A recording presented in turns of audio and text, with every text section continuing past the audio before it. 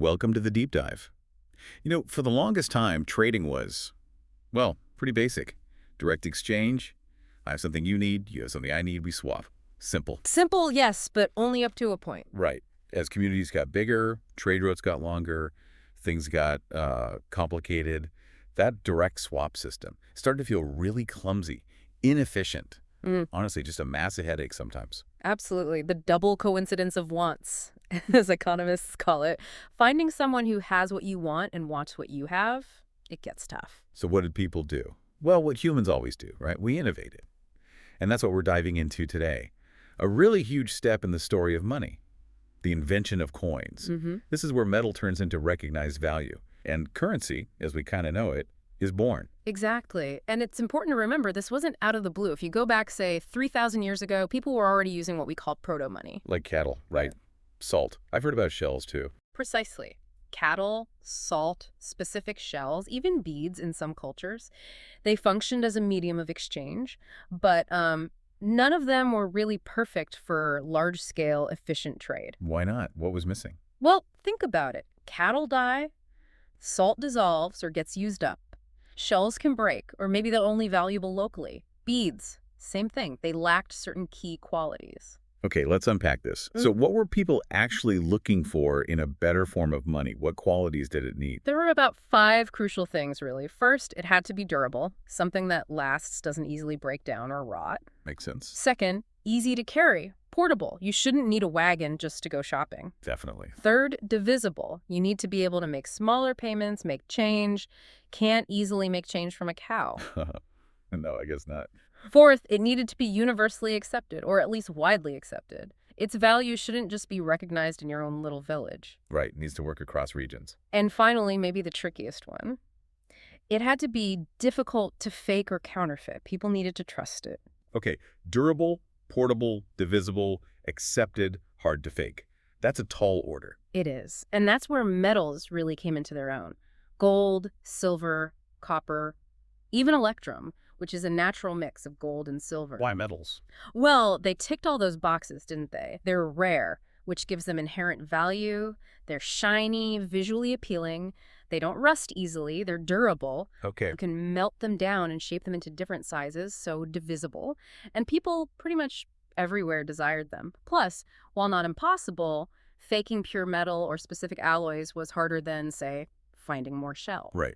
So the raw material was there. But who actually took that leap? Who thought, let's make standardized bits of this metal the official money? Here's where it gets really interesting. The credit for that huge innovation usually goes to the ancient kingdom of Lydia. Lydia, where was that? It's in modern-day Western Turkey, and we're talking around 600 BCE. Wow, okay. Yeah, under rulers like King Alyattes and his son, the famously wealthy King Croesus, the Lydians started minting what are considered the world's first official coins. What were they like? They were made of that electrum, the gold-silver mix. Yeah. And they were stamped often with a lion symbol, which was a royal emblem. And that stamp was the key part. Absolutely revolutionary, because for the first time, you had the king's authority guaranteeing the weight and value of that piece of metal.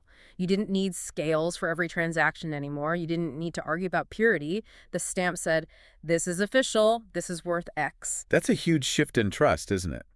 From trusting the metal itself to trusting the stamp, the authority behind it. Precisely. It's a move towards abstract value backed by the state. Imagine living through that change, going to the market.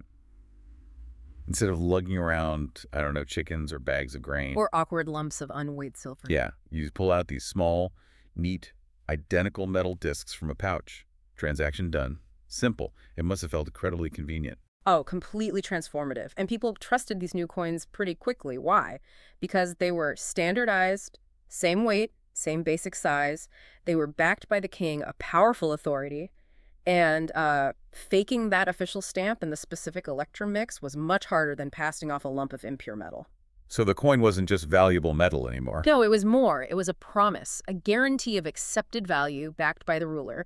That promise lubricated trade like never before. And did this idea stay just in Lydia? Or did it catch on elsewhere? Oh, it spread like wildfire. Once people saw how well it worked in Lydia, the concept just took off. Other major civilizations jumped on it pretty fast. Like who? Well, the Greeks, for instance, they really embraced coinage, and being the Greeks, they made it beautiful. Art on coins? Absolutely. Stunning designs. Images of their gods. Athena was popular. Animals associated with cities like the owl for Athens. Important symbols. Their coins weren't just money. They were like tiny badges of civic identity, miniature sculptures. Fascinating. Who else? The Persians, under Darius the Great, issued these really high-quality gold coins called darics, became a kind of international currency across their huge empire. Very reliable. Okay. And then you have the Romans, masters of systems, right? They developed a whole tiered monetary system. Bronze coins, the smaller ones for the poor and everyday stuff.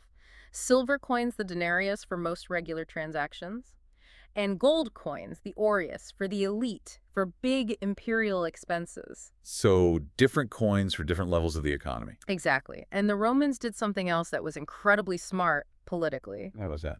They put the emperor's face on the coins. Ah, like we still see rulers or figures on money today. It's one of the earliest forms of mass media, really. Propaganda in your pocket. Every time you used a Roman coin, you saw the face of the guy in charge. It constantly reinforced who held the power, spread his image across the entire empire. So it wasn't just about making trade easier. Coins became tools of power. Definitely.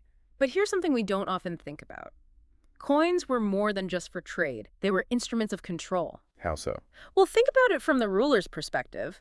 Issuing coins, especially with your face or symbol on them, was a clear statement. I control this land, I run this economy, and I guarantee the value of this money. It establishes authority. Massively. When the new emperor took over, one of the first things they'd often do is mint new coins with their portrait. It was a way to announce their rule, establish legitimacy, make their presence felt everywhere the coins traveled. Coins became symbols of empire, symbols of stability, or instability if the coinage was messed with. Let's bring it down to the street level again. Talk daily life. How did this change things for, say, a Roman citizen buying food? Okay, picture it. You're in Rome, maybe buying some figs or olives at the market. You pull out a few silver denarii. The seller takes them. Done. No haggling over whether your 3 chickens are worth his pot. Exactly. No more of that incredibly inefficient double coincidence of wants we talked about. You don't need to find someone who happens to want exactly what you have to offer and has what you need. The denarius is universally accepted. You pay, you get your figs. Simple, fast, reliable. It must have unlocked so much economic activity. Economic freedom on a whole new level. Trade could happen faster, go further, involve more people, and it enabled all sorts of new economic behaviors. Like what? Well, saving wealth became much easier. You could accumulate coins, store value in a portable, standardized way. Counting wealth became straightforward. Paying taxes became standardized. The state demanded payment in its coin. Buying and selling land got simpler. Donating to temples, funding projects. And getting paid for work, I suppose. Absolutely. The concept of wages, paying someone a set amount of money for their labor, really solidified with coins. Before, you might get paid in grain or wool or lodging. With coins, you got paid in something you could use to buy anything. Huge change. It's also amazing to think that these little metal discs are still around telling stories. You mentioned the Greek designs. Right. Coins became tiny pieces of history, little messengers carrying information across time and space. How so? What can we learn from an old coin? Oh, so much. You look at an ancient Greek or Roman coin today, you see the faces, the gods, the animals, the symbols. Sometimes there are dates or short inscriptions. They tell us about who ruled, what they valued, maybe a big battle they won. Like propaganda snapshots. Kind of. Think of them as ancient tweets, almost. A way to broadcast a message quickly and widely. Celebrate a victory, honor a god, found a city, even warn your enemies. All in this little object that passes through thousands of hands. That's incredible. But surely it wasn't all smooth sailing. Yeah. Even revolutionary inventions have downsides.